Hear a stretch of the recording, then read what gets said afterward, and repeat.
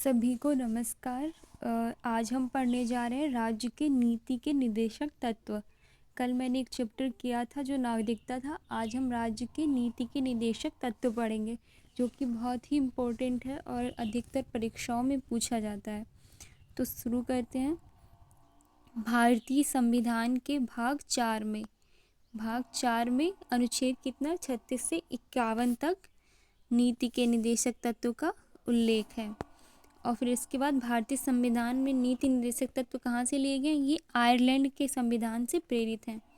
नीति निदेशक तत्वों की प्रकृति अनुच्छेद 37 से स्पष्ट होती है। इसके मुख्य पक्ष हैं 37 में दिया गया कि जो नीति निदेशक तत्व है ये न्यायालयों द्वारा लागू नहीं है, मतलब इसके लिए हम न्यायालय नहीं जा सकते हैं। मतलब राज्य का कर्तव्य होगा कि नीतियाँ बनाते समय इनका ध्यान रखा जाए, लेकिन इनको लागू करवाने के लिए हम न्यायालय नहीं जा सकते। सेकंड है कि तथापि इसके सिद्धांत देश के संचालन में फंडामेंटल हैं और राज्य का ये कर्तव्य होगा कि वह इन सिद्धांतों को कानून बनाकर लागू करे।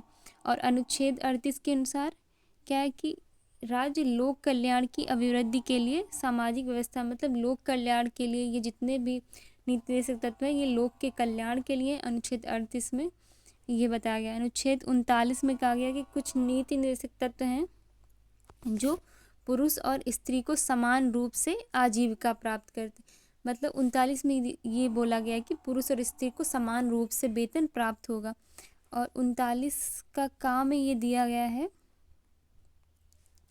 कि समान न्याय के लिए समान न्याय और निशुल्क विधिक सहायता। 39 के काम में दिया गया है समान न्याय निशुल्क विधिक सहायता।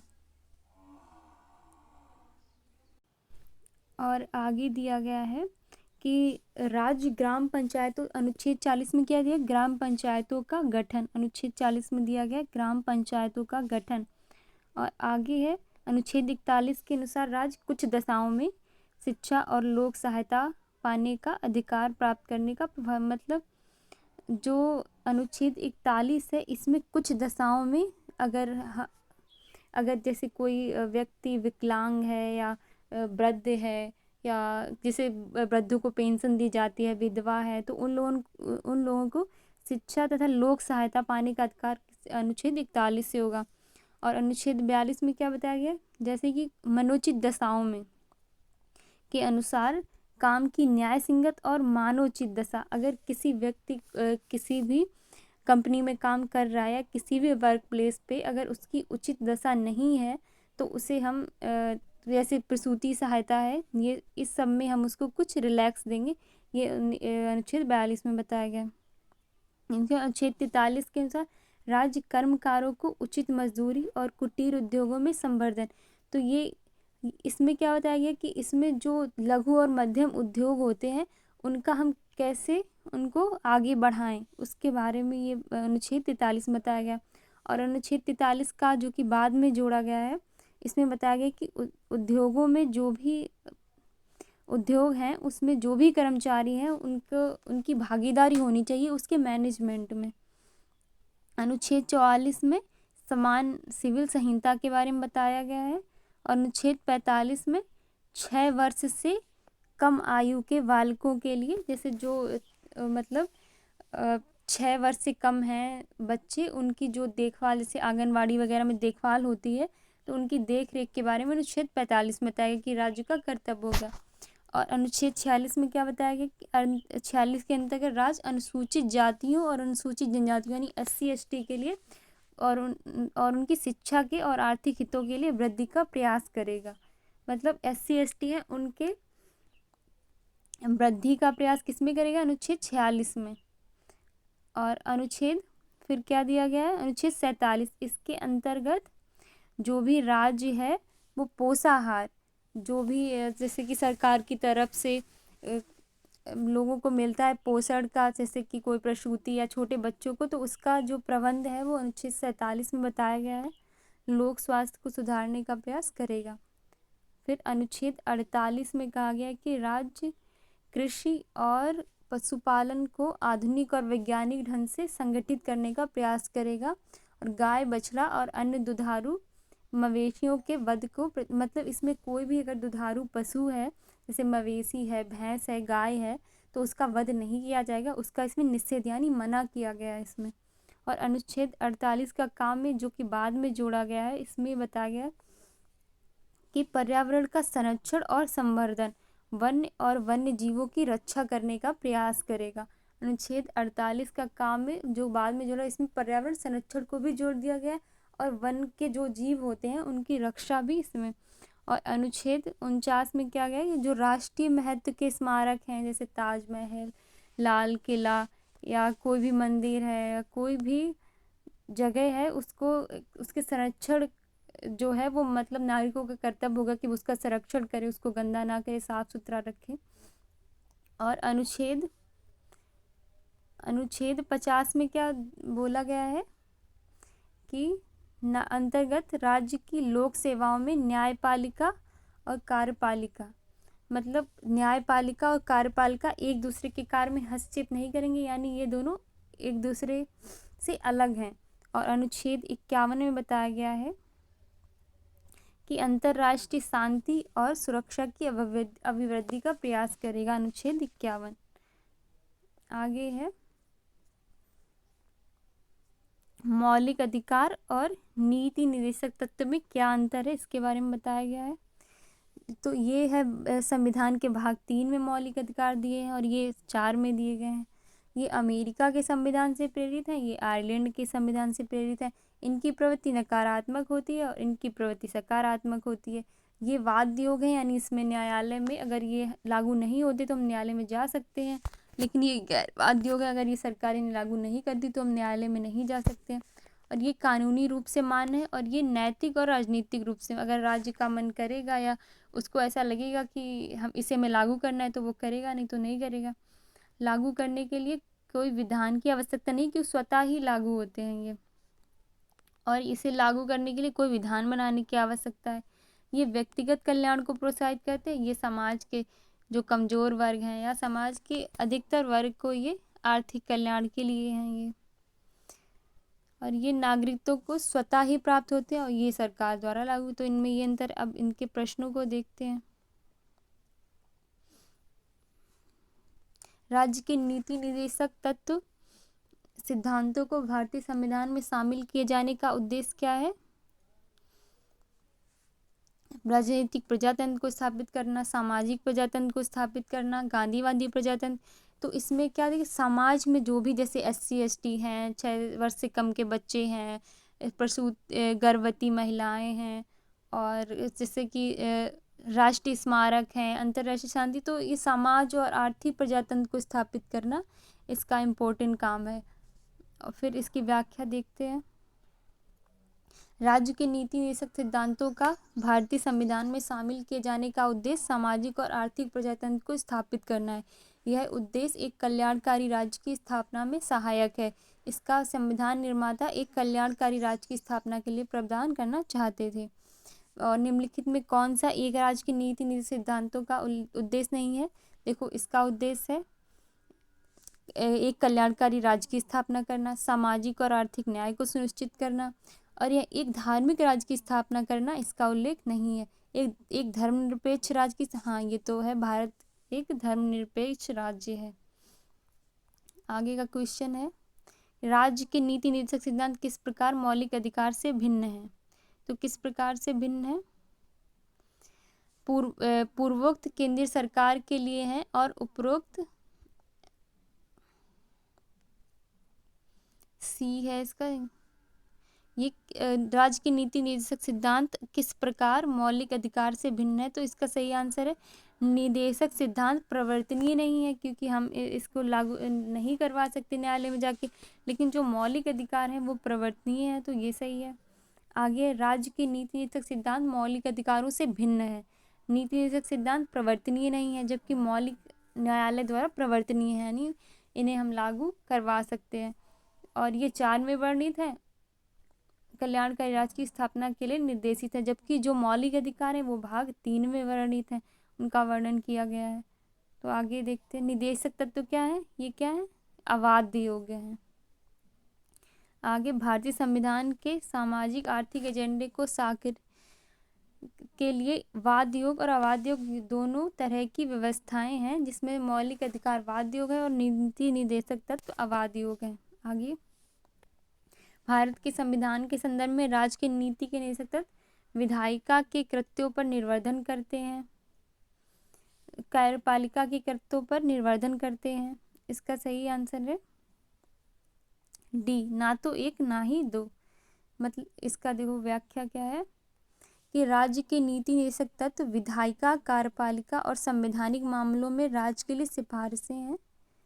MC शीतलवाड़ के अनुसार निदेशक तत्व कोई विधिक अधिकार एवं कानूनी अधिकार नहीं है। ये सभी राज्यों क्रियाओं की विधायिका या कार्यपालिका के लिए प्रभुत्व पृष्ठभूमि का निर्माण करते हैं। अतः राज्य के नीति निर्देशक तत्व कृत्यों पर निर्वर्धन है, ना ही कार्यपालिका के कृत्यों पर निर्वर्धन। आगे देखते हैं, भारत के संविधान के भाग 4 में अंतर्विष्ट प्रावधानों के संबंध में निम्नलिखित में कौन सा कथन सही है? ये न्यायालयों द्वारा परिवर्तनीय होंगे, तो ये तो गलत है।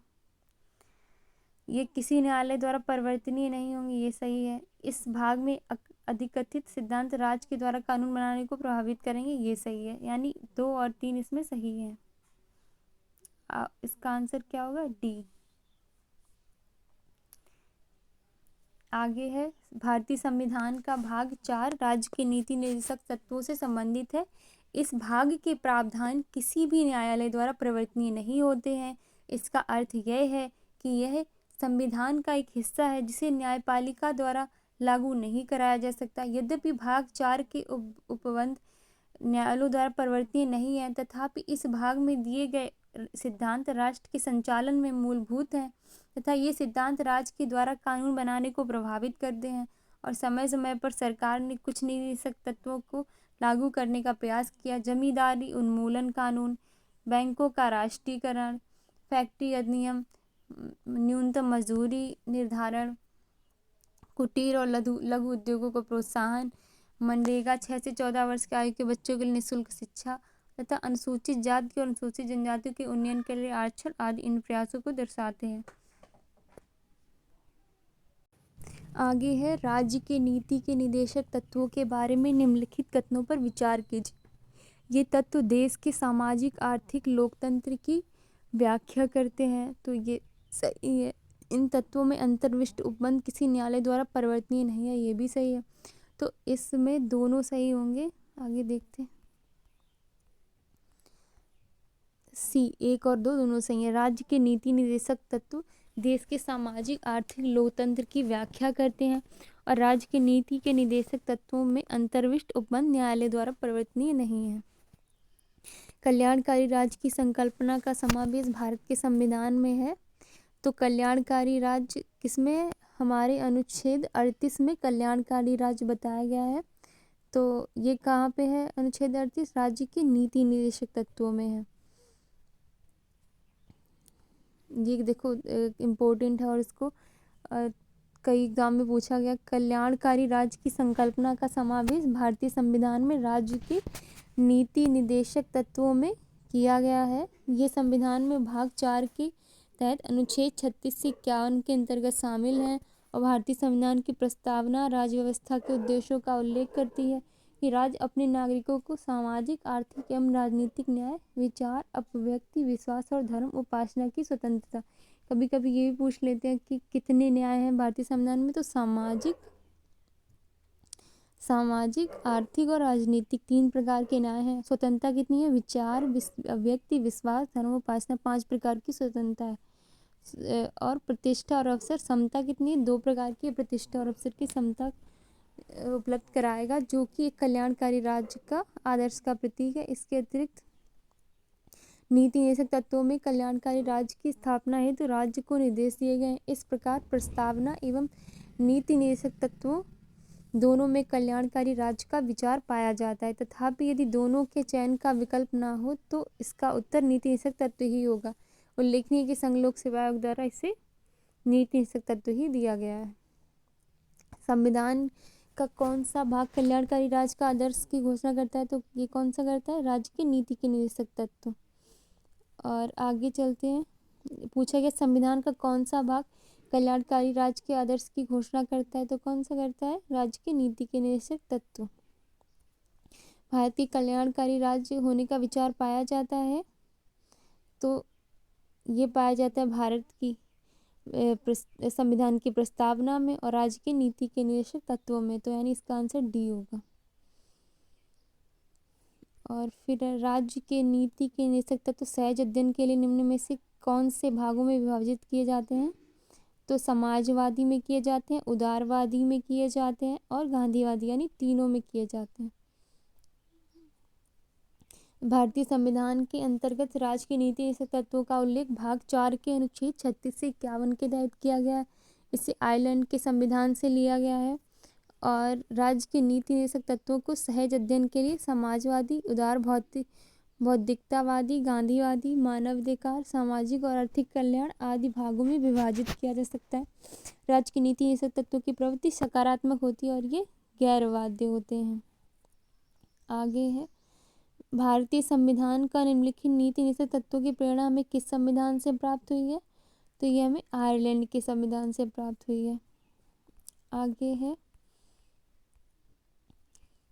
भारतीय संविधान में सम्मिलित नीति के निर्देशक तत्वों की प्रेरणा हमारे संविधान निर्माताओं को वर्ष 1937 के आयरलैंड के संविधान से प्राप्त हुई है। आयरलैंड के संविधान से अनुसरणीय इस भाग पर फेबियनवाद, समाजवाद, उदार लोकतांत्रिक विचारधाराओं, गांधीवाद, मानवाधिकार की सार्वत्रिक घोषणाओं आदि का व्यापक प्रभाव पड़ा है। भारतीय संविधान में राज्य के नीति निर्देशक तत्वों को निम्न में से किस देश के संविधान से लिया गया है? तो किस देश के संविधान से लिया गया है? ये लिया गया आयरलैंड के संविधान से। भारतीय संविधान में राज्य की नीति सिद्धांतों का विवेचन लिया गया है, ये आयरलैंड के संविधान से। नीति निर्देशक सिद्धांत हैं, तो ये कैसे हैं? वाद योग नहीं है। नीति निर्देशक सिद्धांत वाद योग नहीं है। संविधान का अनुच्छेद के अनुसार इस भाग में अंतर्विष्ट 37 के अनुसार इस भाग में अंतर्विष्ट उपबंध किसी न्यायालय द्वारा प्रवर्तनीय नहीं होंगे, किंतु फिर भी इसमें अकथित तत्व शासन के मूलभूत हैं और विधि विधान में जब भी सरकार कोई विधि या नीति बनाएगा तो वो इनको मानने के लिए मतलब इनको अपनी विधि में इस्तेमाल कर सकता है, क्योंकि ये कल्याणकारी राज्य की स्थापना करते हैं। भारत के संविधान के साथ निम्नलिखित में से कौन सा शासन के लिए आधारभूत है? तो राज्य की नीति के निर्देशक तत्व शासन के लिए आधारभूत हैं। आगे है, भारतीय संविधान के अंतर्गत धन का केंद्रीकरण किसका उल्लंघन करता है?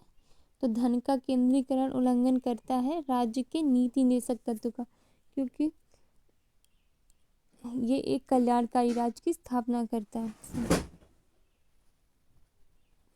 भारतीय संविधान में राज्य की नीति के निर्देशक तत्वों के तहत प्रावधानित है, राज्य अपनी नीति को विशिष्टतया इस प्रकार संचालन करेगा, सुनिश्चित रूप से समुदाय के भौतिक संसाधनों का स्वामित्व और नियंत्रण इस प्रकार बटा हो जिसमें सामूहिक हित का सर्वोत्तम रूप से साधन हो। 39 खा में आर्थिक व्यवस्था इस प्रकार चले कि धन और उत्पादन साधनों का सर्वसाधारण के लिए अहितकारी संकेंद्रण न हो। और अनुच्छेद 39 गाँव में बताया गया कि इस प्रकार धन का केंद्रीकरण भारतीय संविधान के अंतर्गत राज्य के नीति निर्देशक तत्वों का उल्लंघन करता है। समान कार्य के लिए समान वेतन किस में दिया गया? 39 में दिया गया। और ये क्या है? राज्य की नीति निर्देशक तत्वों का अंग है। समान कार्य के लिए समान वेतन भारत के संविधान में सुनिश्चित किया गया है तथा राज्य के नीति निर्देशक सिद्धांतों का एक अंग है। अनुच्छेद 39 घ यह प्रावधानित करता है कि 39 घ में दिया गया है कि ये स्त्री और पुरुष दोनों को समान कार्य के लिए समान वेतन होना चाहिए। और 39 घ में अनुसरण में संसद ने 1976 में समान पारिश्रमिक अधिनियम कब बनाया गया? 1976 में पारित किया है। जो उल्लेखनीय है कि रणधीर सिंह बनाम भारत संघवाद 1982 में सर्वोच्च न्यायालय ने अभी निर्धारित किया है कि संविधान की प्रस्तावना और अनुच्छेद 39 घ में आलोक में अनुच्छेद 14 व 16 को समान कार्य के लिए समान वेतन का सिद्धांत प्राप्त होता है। निम्नलिखित में कौन सा राज्य की नीति निर्देशक तत्वों में निहित है? अपराधों से दोष सिद्ध के संबंध में संरक्षण, ये तो मौलिक अधिकार है। प्राण और दैहिक स्वतंत्रता, ये अनुच्छेद 21 में ये भी मौलिक अधिकार है। और साथ में अल्पसंख्यक वर्ग के हितों का अधिकार, ये भी मौलिक अधिकार है, ये अनुच्छेद 29 में है। और पुरुष और स्त्रियों के समान कार्य के लिए अनुच्छेद 39 में, जो कि नीति निर्देशक तत्व है। निम्नलिखित में कौन एक मौलिक अधिकार नहीं है? तो समान कार्य के लिए समान वेतन, ये मौलिक अधिकार नहीं है, राज्य की नीति DPSP में आता है। समान काम के लिए समान वेतन का उल्लेख संविधान में मौलिक अधिकारों में न होकर राज्य के नीति निर्देशक तत्वों के अंतर्गत 39 घ में किया गया है, जबकि प्रश्न के शेष विकल्प का उल्लेख मौलिक अधिकार के रूप में किया गया। भारत में निम्नलिखित में किसके अंतर्गत पंचायती राज प्रणाली की व्यवस्था की गई है? तो पंचायती राज प्रणाली अनुच्छेद 40 में गांधीवादी सिद्धांत है, जो कि राज्य के नीति निर्देशक तत्वों में की गई है। भारतीय संविधान के भाग 4 में राज्य के नीति के निर्देशक सिद्धांतों में अनुच्छेद 40 राज्य में ग्राम पंचायतों के गठन का प्रावधान करता है। राज्य ग्राम पंचायतों के संगठन के लिए कदम उठाएगा और ऐसी शक्तियां और प्राधिकार प्रदान करेगा जो उन्हें स्वायत्त शासन की इकाइयों के रूप में कार्य करने के योग बनाने के लिए सहायक हो। निम्न में से कौन सा अनुच्छेद पंचायत के गठन की बात करता है? तो अभी बताया था अनुच्छेद 40।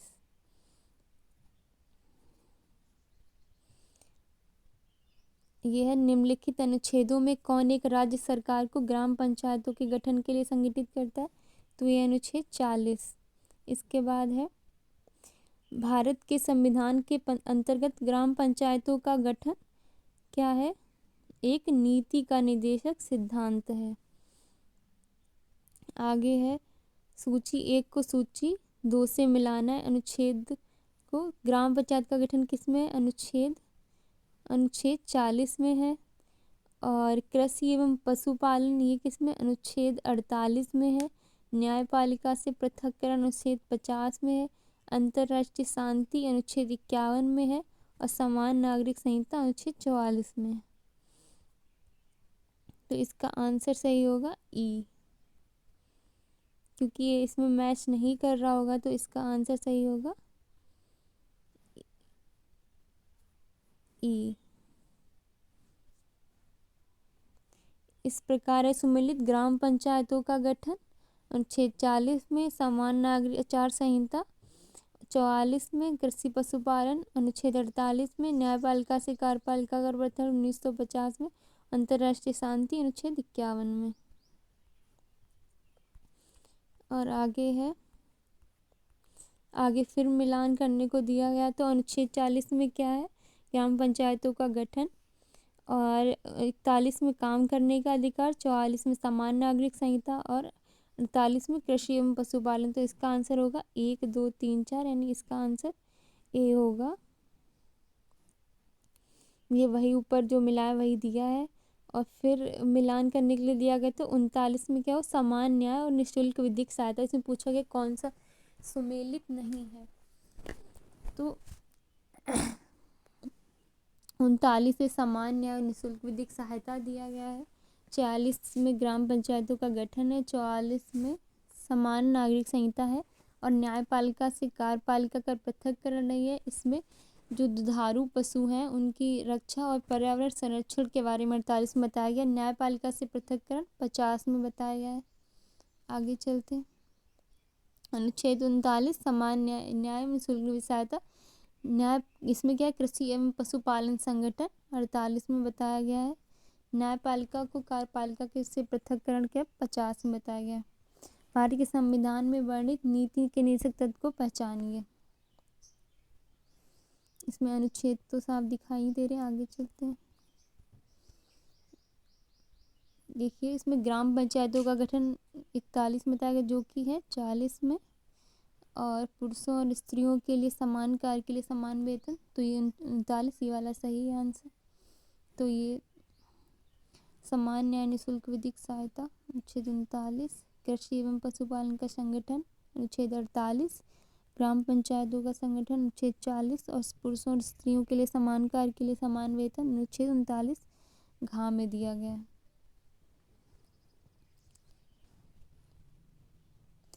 आगे भी मिलान के लिए दिया गया है।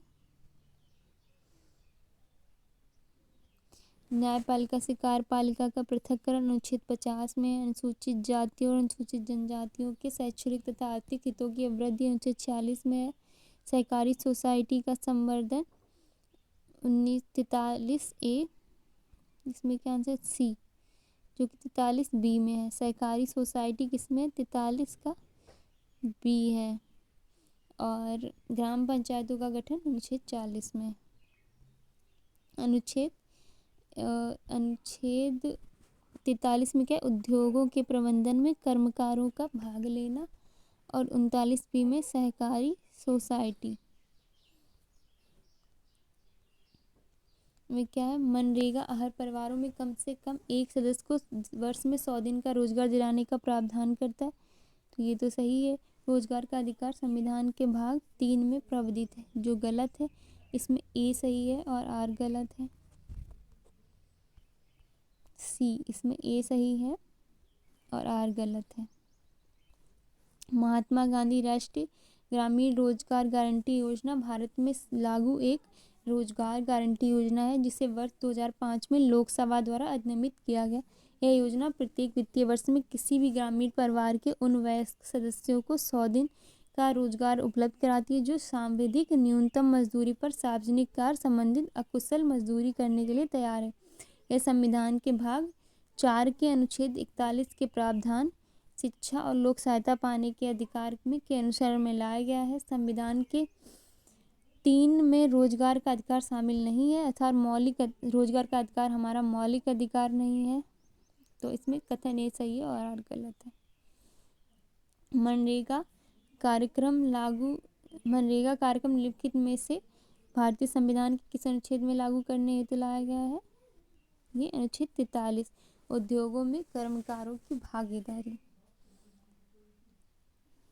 भारतीय संविधान के भाग 4 में राज्य के नीति निषेधक तत्वों के अंतर्गत अनुच्छेद 41 के तहत उपबंधित है कि राज्य अपनी आर्थिक सामर्थ्य और विकास की सीमाओं के भीतर काम पाने के अधिकार को प्राप्त कराने का प्रभावीपन करेगा। साथ ही इसी भाग के अनुच्छेद 43 में कहा गया कि राज्य उपयुक्त विधान या आर्थिक संगठन द्वारा या किसी अन्य रीति से कृषि के उद्योग के या अन्य प्रकार के सभी कर्मकारों को निर्वाह योग्य मजदूरी देगा। शिष्ट जीवन स्तर पर अवकाश के संपूर्ण उपभोग सुनिश्चित करने वाली काम की दशाएं प्रदान करने का प्रयास करेगा। मतलब 43 में बताया गया कि सरकार जो भी मजदूर है, गरीब है, उनको निर्वाह योग्य मजदूरी देगा। 43 में बताया गया मनरेगा इन्हीं संवैधानिक लक्ष्यों की पूर्ति करता है। 42वें संविधान संशोधन द्वारा किस अनुच्छेद के माध्यम से श्रमिकों की प्रबंधन में भागीदारी सुनिश्चित की गई है? तो ये 43A में।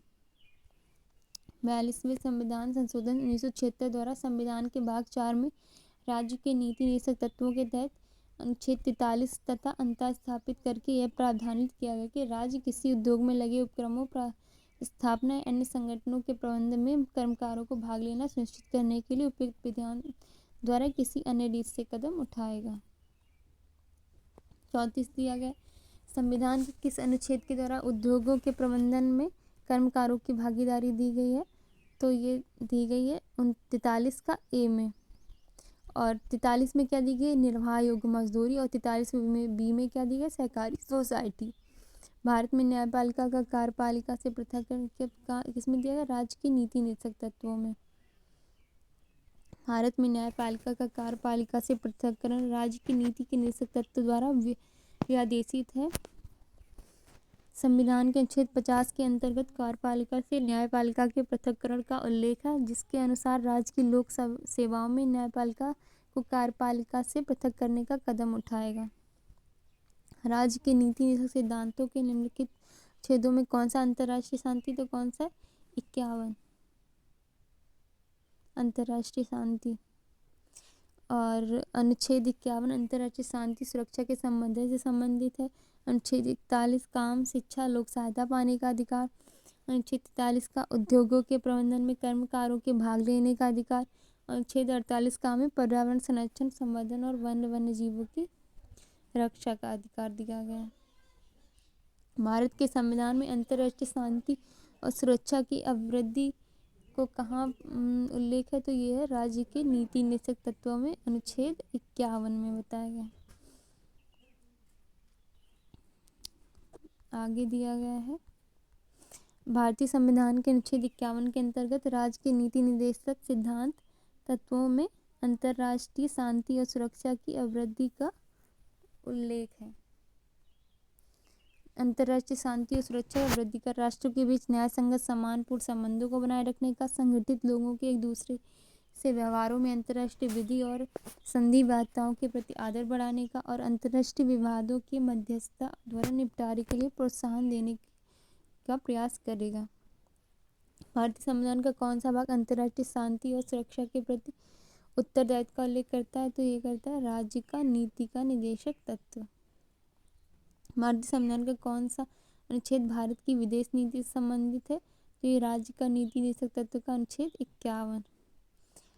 निम्नलिखित में से कौन संविधान के 42वें संशोधन द्वारा नीति निदेशक तत्वों में नहीं जोड़ा गया है, तो समान जो आचार संहिता है ये अनुच्छेद 44 में थी, लेकिन जो शोषण से बच्चों और अल्पसंख्यकों की सुरक्षा है ये बात 42वें संविधान संशोधन से जोड़ा गया।